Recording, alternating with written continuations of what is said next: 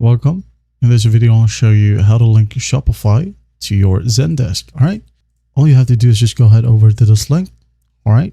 apps.shopify.com/Zendesk. All right. Now, once you're in here, you're going to want to make sure that you're logged in. Okay. And once logged in, just go ahead over to the install button and click on it. And you will be redirected to another page, which is at your admin dashboard. All right. So you can see here, it says this app includes legacy features that are no longer supported on the thank you and order status pages. All right. You can still use this app's other features. If you still want to try it, just go ahead and click on install. Wait for it to process, and it will ask you to enter your Zendesk subdomain. Okay. All you have to do is just go ahead over to Zendesk. So basically, this one is your subdomain. This one. Just copy it. Copy, paste, submit.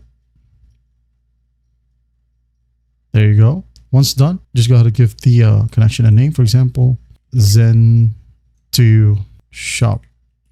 Okay. Hit on connect. Wait for it to load.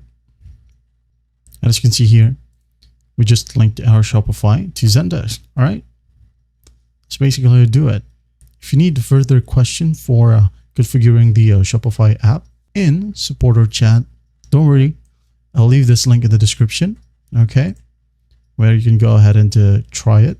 You also have adding web widget right here to your Shopify storefront.